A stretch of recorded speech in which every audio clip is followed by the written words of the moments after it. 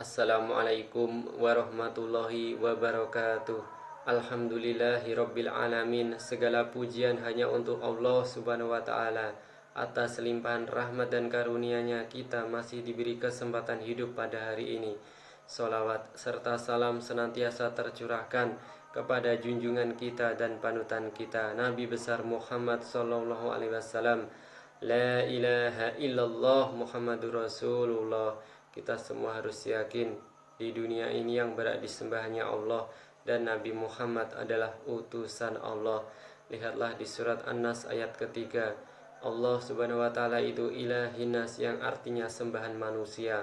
Sesungguhnya di hadapan Allah Subhanahu wa taala seorang presiden dan rakyat memiliki derajat yang sama, karena seorang presiden itu yang menciptakan adalah Allah, sedangkan rakyat yang menciptakan juga Allah. Seorang presiden lahir ke dunia tidak bisa menciptakan apa-apa, dan rakyat lahir ke dunia juga tidak bisa menciptakan apa-apa. Seorang presiden bisa hidup karena dikasih nyawa sama Allah Subhanahu wa taala. Seorang rakyat bisa hidup juga karena dikasih nyawa sama Allah Subhanahu wa taala.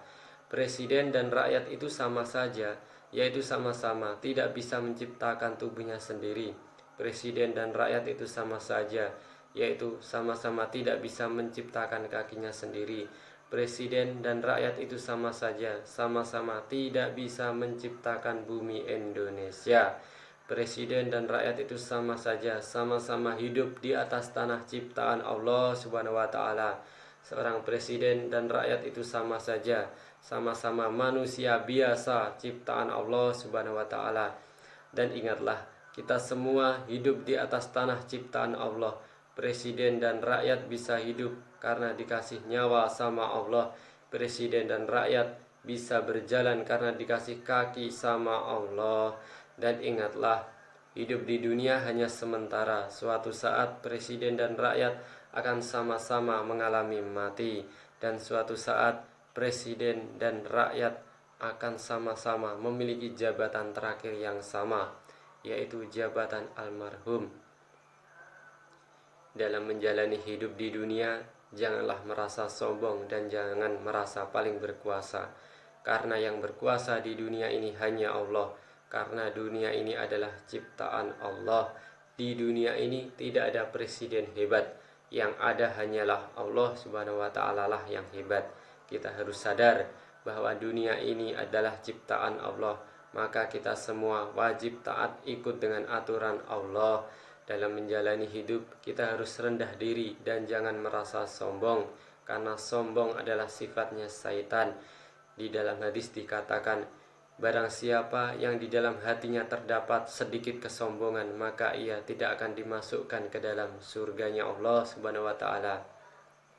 Ingatlah, kalau kita hidup di dunia ini merasa sombong dan merasa paling berkuasa, berarti kita mau menyaingi Allah, karena sifat berkuasa adalah sifatnya Allah. Dalam menjalani hidup, contohlah kisah Nabi Muhammad SAW, karena sifat kerendahan hati beliaulah yang menyebabkan beliau masuk ke dalam surga. Dalam menjalani hidup, jangan mencontoh kisah Fir'aun, karena kesombongan dan karena jabatan tinggi beliaulah yang menyebabkan Fir'aun masuk ke dalam neraka.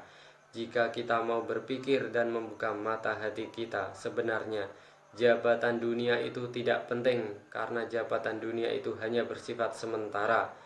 Jika kita mau berpikir, jabatan dunia itu tidak penting, karena jabatan dunia di akhirat tidak ada gunanya.